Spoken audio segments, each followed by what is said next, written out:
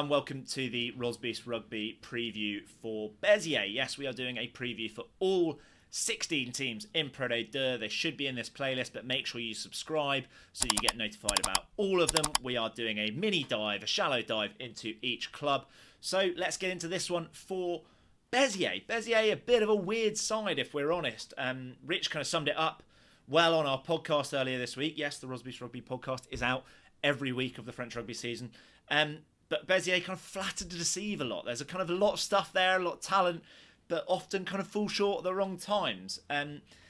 There's a lot of expectation at Béziers. They are the third most successful club in the history of French rugby. They've got 11 French championship titles. And they are now, after a bit of uncertainty, they've got a little bit more structure. A club where a couple of legends of the game in Andrew Mertens and Bob Skinstad, alongside former player Johnny Howard. Unfortunately, Eddie Jordan was part of that. Unfortunately, he passed away earlier this year, obviously. But they've kind of come in to save the club as a consortium, a syndicate, whatever you want to call it, in conjugation with the local authority. Béziers was owned temporarily by the local authority, the local government. But there's, as I mentioned, there's kind of a lot of expectation, and yet they've kind of not really gone anywhere. They were 7th last year. Their stadium, the Stade Raoul Barrière, is a fantastic stadium. It's a really cool stadium to look at, the kind of old school Colosseum almost. It's 18,555. That's one of the biggest ones in France, in French rugby, let alone Pro D2. Also, make sure you Google the story of Armand Baccarin, the club legend. He was part of, I think, all 11 of their French championship titles. There is a statue of him outside the ground. It's a fascinating story. He is a fascinating character. As we said, they finished 7th last year.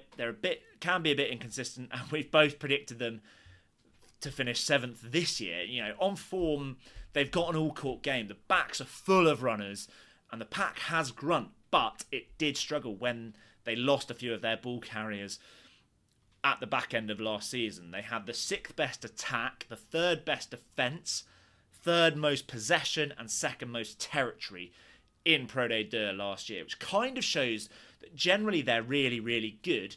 It's just the odd poor performance that really cost them. They were terrible in a few games, and they had quite a few narrow defeats. I mentioned there that they struggled at the back end of last year when they lost a few of their players. Who are their key players? Well, there is no doubt who their key player is. He was the Pro D2 player of the season for the previous season, 23-24. Samuel Marques, the Portuguese scrum half. He is their main man. I cannot overstate his influence on this Béziers team. He runs the show. Runs the show in the way you would expect Antoine Dupont to run the show for Toulouse. He really is that critical, and he kicks goals for Béziers. Pierre Coteau, he's their try-scoring winger. They've lost one of their top try-scorers from last few seasons and one of the best players in Pro D2, Gabin Law. But Pierre Coteau, their key attacking threat probably now in the absence of Gabin Law. I really, really like Taylor Gotignac, French-born, I think, but he plays for Romania. 24-year-old, I think he plays 12. Dynamic, classy Romanian centre, kind of has it all, really, from what I can tell. He's powerful, he's got a good running game, could be one of the stars of Pro D2 this season. We've called him out on the podcast earlier this week. Otonku Pauta is their key ball carrier, though. He's their primary ball carrier, thick Tongan number 8. They really struggled when he got injured last year. We want to shout out a couple of the unsung heroes, obviously, and we are calling out a couple of English Rosbifs thriving in France in Chris Judge, experienced English tighthead, former Bath man, a brief spell at Sarries as well. Cam Dodson is athletic line-out jumper, getting better and better in his time in France. He was at Aurillac before he was at Béziers. And then the other unsung hero, unfortunately not an English Rosbif, but Clement Dumont, classic flanker, former Montpellier man, didn't get much game time there, but loads of tackles, turnovers galore. As I mentioned, I didn't mention it, but Béziers are an area of real talent in France, and a kind of club with a rich history. You'd expect them to bring through a load of players. They have a lot of connections with Portuguese players, and two of the young players that we want to call out, Hugo Aubry and Hugo Camacho, both Portuguese, both halfbacks. They had a bit of a tough time last year when they filled in for their more senior, experienced teammates. But they have both played international rugby. You would expect there is quite a lot of room for improvement there. Samuel Marques is coming to the end of his career. so you'd expect him to be put aside for Hugo Camacho in time. Hopefully Hugo Camacho can learn off him.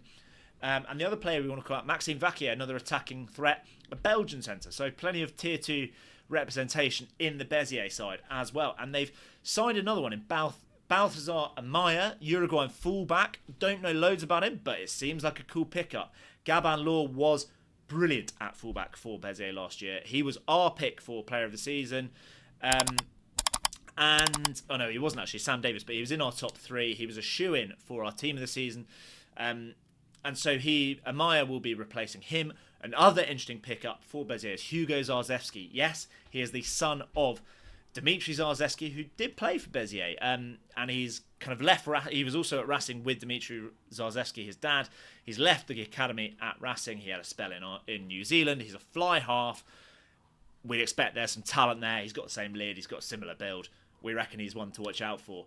I mentioned Gabin Law, big loss. One of the best players in Pro D2 for the last couple of seasons, but they've lost an absolute stalwart in Francisco Fernandes, another Portuguese player, Portuguese loose head. You might recognise him, big load of hair from the World Cup. Played over 300 games for Béziers at loosehead. That is a big hole to fill. How will it be this season? In a sentence, they are still a faded giant. They've got a refreshed squad. Ambitions of returning to glory days. They could improve it, but we just don't think they're quite going to get there. If you've got any questions on Béziers, then get in the comments. Ask the questions in the comments. Make sure you subscribe so you see the other Pro D2 previews. You can drop us a DM on @Rosbifs Rugby on any of our other platforms. We're at Rosbifs Rugby on all of them. But make sure you're subscribed to Rosbifs Rugby, your one-stop shop for all things French rugby in the English language. Get in touch.